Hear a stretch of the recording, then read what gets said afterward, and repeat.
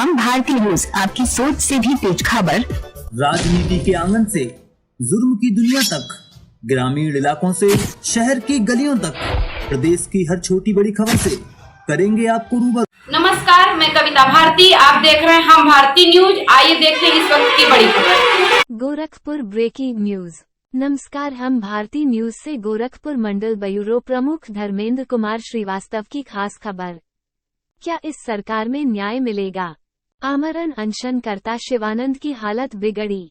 गोरखपुर आमरण अनशन स्थल पर राज्य कर्मचारी संयुक्त परिषद के जिलाध्यक्ष रूपेश श्रीवास्तव और उपाध्यक्ष राजेश सिंह ने अनशनकारी की हालत को देखते हुए मुख्य अभियंता से अपील की कि अभी भी वक्त है इस प्रकरण के निस्तारण में अनावश्यक टालमटोल छोड़कर माननीय उच्च न्यायालय के आदेशों के तहत बोनस पाए 240 दिवस से अधिक के कर्मियों को समायोजित न कर इस स्वच्छ छवि वाले मुख्यमंत्री जी के सरकार में ये जांच का जो विषय है, इस पर जिलाधिकारी या किसी भी उच्च स्तर के अधिकारी से न्यायपूर्ण जांच करा ली जाए और जो भी दोषी हो उसे सजा भी दी जाए, नहीं तो आमरण अनशनकर्ता की हालत बिगड़ती जा रही है। ऐसे में मैं भी अपना फर्ज निभाने में पीछे नहीं रहूंगा और राज्य कर्मचारी संयुक्त परिषद से संबंधित संगठनों और विभागों के अध्यक्ष को निर्देशित कर दूंगा कि सभी इस आमरण अनशन में शिरकत करें। हम भारतीय न्यूज चैनल से मंडल चीफ ब्यूरो धर्मेंद्र कुमार श्रीवास्तव अपने साथी विवेक श्रीवास्तव के साथ बताते चलें कि गुरु गोरक्षनाथ जी के इस पावन धरती पे ये क्रमिक अपने आमरण अनशन पे आज तीसरे दिन बैठे हुए हैं और चौथा दिन है, माफ़ करिएगा, आज चौथा दिन है ये आमरण अनशन पे बैठे हुए हैं। बताते चलूँ कि यहाँ आमरण अनशन पे ये अपने हक के लिए लड़ रहे हैं और ज़िंदगी और मौत के बीच में अध्यक्षता और आमरण अनशन पे बैठे प्रांतीय कार्यवाहक अध्यक्ष शिवानंद श्रीवास्तव जी जूझ रहे हैं। लेकिन अभी तक मुख्य अभियंता गंडक आलोक जैन साहब ने किसी प्रकार का कोई भी सुर्खियाँ या कौतूहल नहीं दिखाया। मैं आपको बताते चलूँ कि कुछ पत्रकार बंधु उनसे मिलने के लिए गए, जैसा कि लोगों ने यहाँ चर्चा में बताया कि कुछ लोग मिलने के लिए गए तो उनको यह कह कर के टाल दिया गया कि ऐसा कोई बात नहीं, ये लोग फर्जी हैं। अगर ये लोग फर्जी हैं तो क्या ये लोग कानून से बाहर है? अगर बाहर है तो आप बर्दाश्त क्यों कर रहे हैं? आप आकर के इनका सामना क्यों नहीं कर रहे हैं? क्यों नहीं आप कानूनी कार्रवाई में कर रहे हैं? कहीं ना कहीं कुछ ऐसे तथ्य छिपे हुए हैं जो कि प्रकाश में नहीं आ रहा है।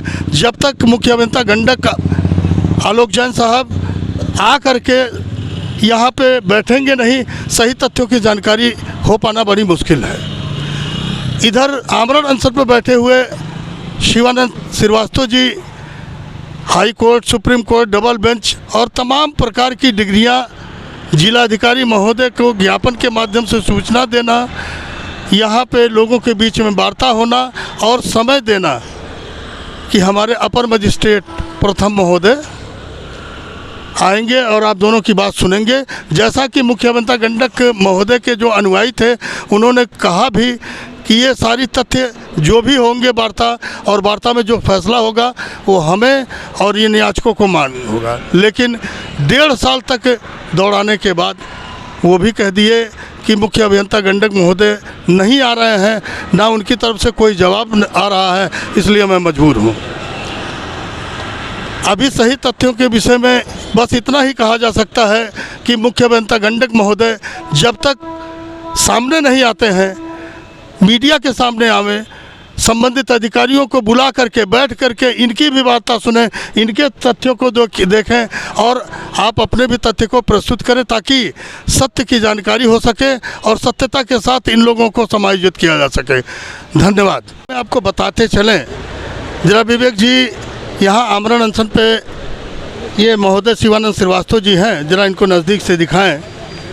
ये अपने कर्मियों के लिए आज चौथा दिन है आमरण अनशन पे पड़े हुए हैं, लेकिन इनका सुध बुध लेने वाला कोई नहीं है। साथ में ये भी मैं आपको बताते चलूं कि जिस तरीके से शालीनता के साथ अपने हक की लड़ाई ये लोग लड़ रहे हैं, ये वाकई में काबिल तारीफ़ है। इतना ही नहीं, मैं आपको ये भी बताना चाहूँगा कि इस आमरण अनशन की अध्यक्षता विवेकानंद पांडे जी कर रहे हैं। मैं चाहूँगा विवेकानंद पांडे जी आएँ और कुछ प्रकाश डालें, क्योंकि अभी जो स्थिति मुझे नज़र आ रही है उस स्थिति के आधार पे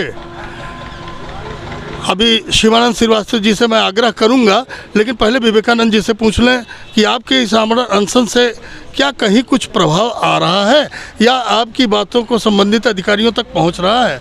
जी विवेकानंद पांडे जी। कोई सुध बुध लेने वाला नहीं है सर जी। आज 4 दिन हो गया हमारे प्रांतीय कार्यवाहक अध्यक्ष को आमरण अनशन पर बैठे हुए।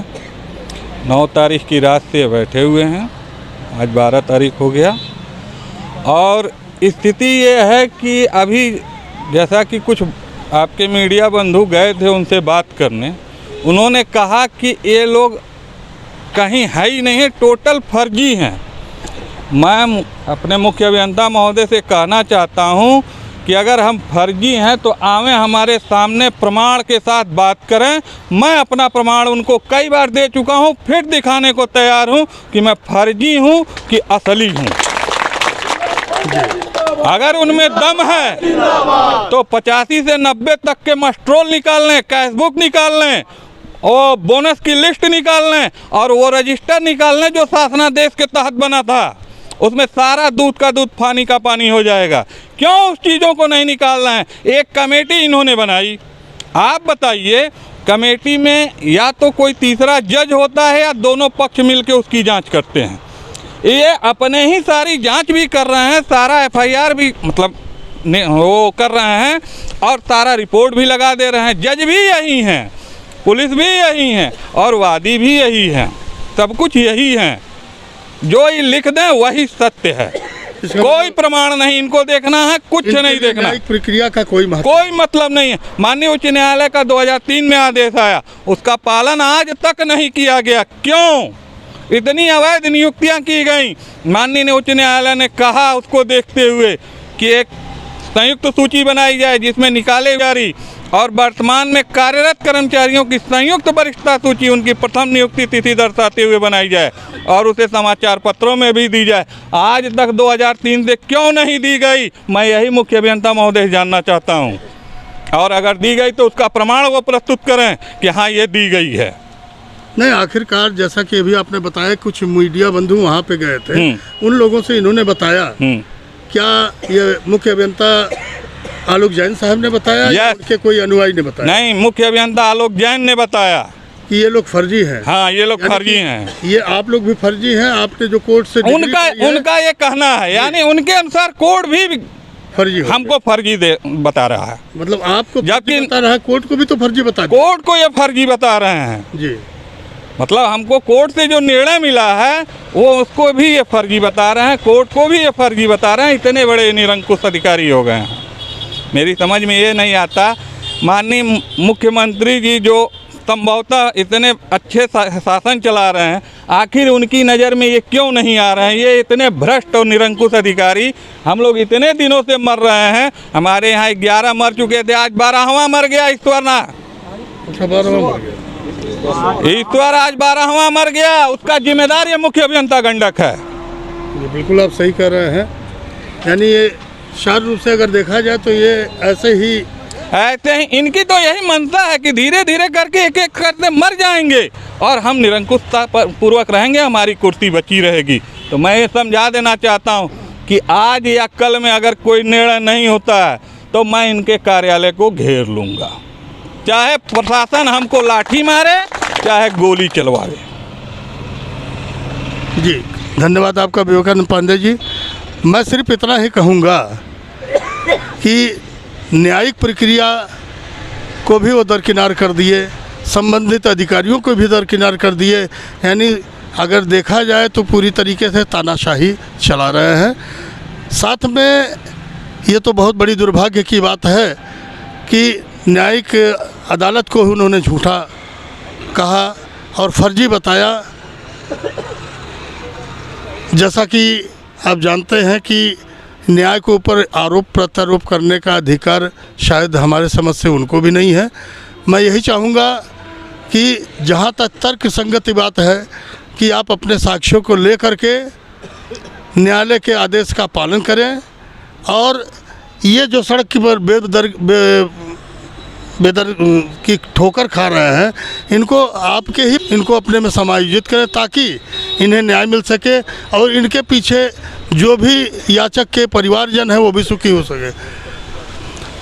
जैसा कि अभी विवेकानंद पांडे ने बताया कि अभी लगभग 4 या 5 दिन पहले जिस सज्जन की तबीयत खराब हुई थी, इसी कर्मिक अनशन के दौरान वो बेचारा कल मर गया। आज अच्छा जी, ईश्वर चंद, आज उनकी देहांत हो गई।